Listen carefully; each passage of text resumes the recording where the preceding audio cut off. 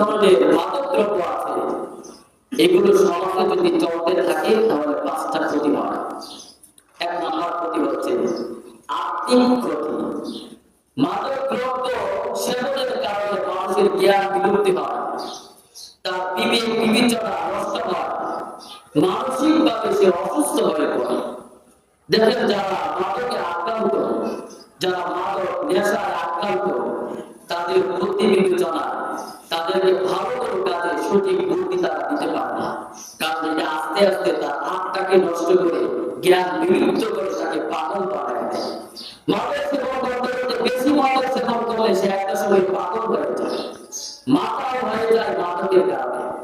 দুই নম্বর ক্ষতি হলো মাদক দ্রব্য সেবনের কারণে মানুষ আস্তে আস্তে দৈহিকভাবে তার ক্ষতি হয়, তার শারীরিকভাবে সে ক্ষতি সাধন করে। মাদক দ্রব্যের কারণে তার ব্লাড ক্যান্সার হয়, কিডনি বিভিন্ন রোগে আক্রান্ত হয়, হার্ট বিভিন্ন রোগে আক্রান্ত হয়। একটা সময় তার শরীর যা রোগে আক্রান্ত হয়ে জর্জরিত হয়ে যায়, তার চেহারার মুখ নষ্ট হয়ে যায়। সমাজের মানুষগুলোতে যারা মাদকে আক্রান্ত, বিভিন্ন নেশায় আক্রান্ত, তাদেরকে দেখা মাত্রই বোঝা যায় সে নেশায় আক্রান্ত। তার চেহারাতে এরকম একটা ভাব থাকে, মানুষ দেখলেই করে হিরোসিং গাঁজাখোর, এটা একটা গালির মতো হয়ে যায়। কিন্তু যারা এই মাদকে আক্রান্ত না হয়, তারা তাদের চেহারাতে আলাদা একটা ভাব থাকে, একটা রূপ থাকে। সম্মানিত হাজিরিন, মাদকের কারণে 3 নম্বর ক্ষতি হলো অর্থনৈতিকভাবে ক্ষতি হয়। মাদকে আসক্ত হওয়ার কারণে তার টাকা পয়সা গুলো খরচ করতেই থাকে। একটা সময় যখন টাকা না পায়, ঋণ করতে থাকে।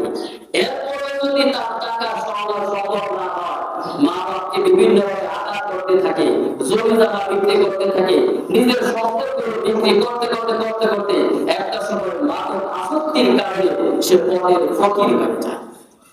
4 নম্বর ক্ষতি হলো মাদকের কারণে ধর্মীয় অবনতি ঘটে। মাদকে আক্রান্ত হওয়ার কারণে তার ইবাদতে সাথ থাকে না, নামাজ পড়তে ভালো লাগে না, কোরআন তেলাওয়াত করতে ভালো লাগে না, বিভিন্ন ভাবে সে ধর্মীয় বিধান পালনে তার মধ্যে অনীহা সৃষ্টি হয়। 5 নম্বর ক্ষতি হলো মাদকের কারণে জাতীয় মূল্যবোধ তার ভিতরে থাকে না।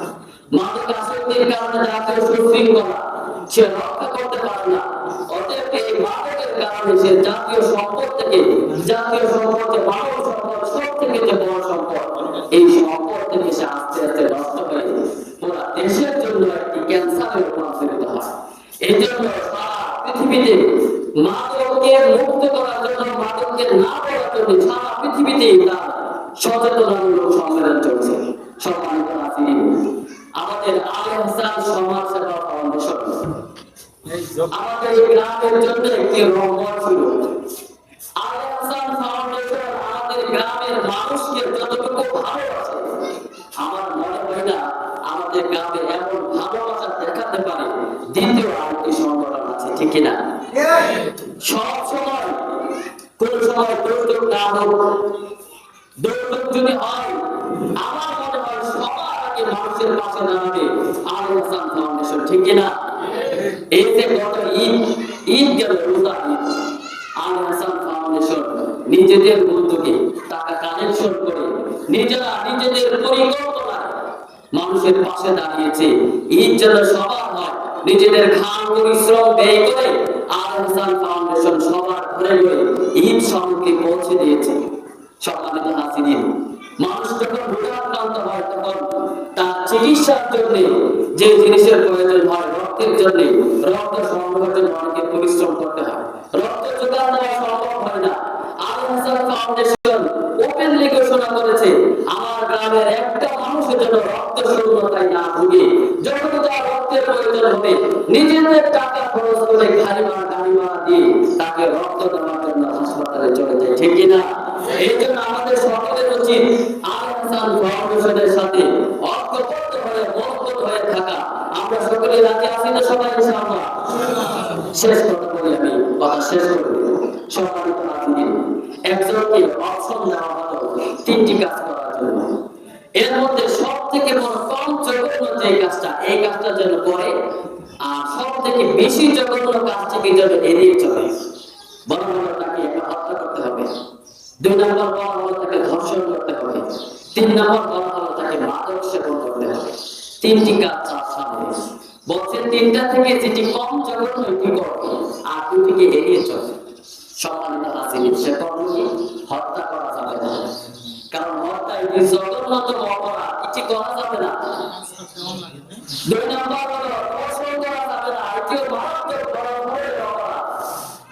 তিন নম্বর হলো যে মাদক সেবন করা, এটি তো একটি নরমাল ব্যাপার।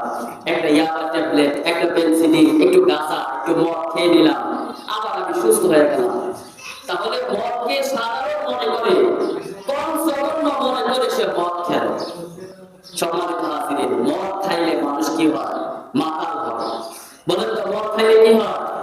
মাতাল হয়। আর আমি বলেছি মানুষের ভারসাম্য ঠিক থাকে না, মানসিক ভাবে সে রোগে আক্রান্ত হয়। যে মদকে সে কম জঘন্য মনে করে মদ খাইল, মদ খাওয়ার পরে প্রথম যে সে কাজটি করেছে, হত্যা করেছে। বাংলাদেশে যতগুলো হত্যার ঘটনা ঘটে, তালাশ করে দেখবেন যারা হত্যা করেছে তারা মাদকাসক্ত। বর্তমান 26 এবং 25 সালে বাংলাদেশে যতগুলো ধর্ষণ হয়েছে, যতগুলো ধর্ষণকারী আছে, গ্রেফতার করার পরে দেখা গিয়েছে সবাই মাদকাসক্তি ছিল। কিছুদিন আগে যে রাবিসা হত্যাকাণ্ড ঘটেছে, সোহেলরা হত্যা করেছে, সে এবং তার স্ত্রী উভয় মাদকাসক্তি, ওই মাদক চোরাকার হয়েছে। এই জন্য সে কি করলো? মদ খাইল, তারপর সে হত্যা করেছে। মদ খাওয়ার পরে তারপর সে ধর্ষণ করেছে। এই জন্য যারা মাদক আসক্তি হয় তাদের মাধ্যমে হত্যা হয়, ধর্ষণ হয়।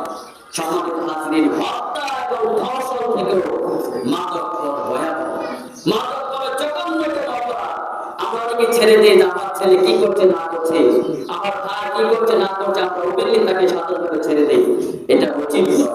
হত্যা এবং ধর্ষণ থেকেও মদ বড়ই মারাত্মক ভয়াবহ অপরাধ।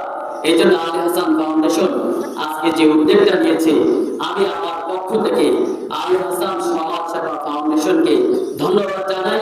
বিশেষ করে ফাউন্ডেশনের আমির মুফতি তুফাইল আহমদ নোমান সাহেবকে ধন্যবাদ জানাই, এবং অত্র সংগঠনের যারা কর্মী আছে সকলকে আমার অন্তর থেকে আমি ধন্যবাদ জানিয়ে আমার আলোচনা এখানে শেষ করছি। আল্লাহ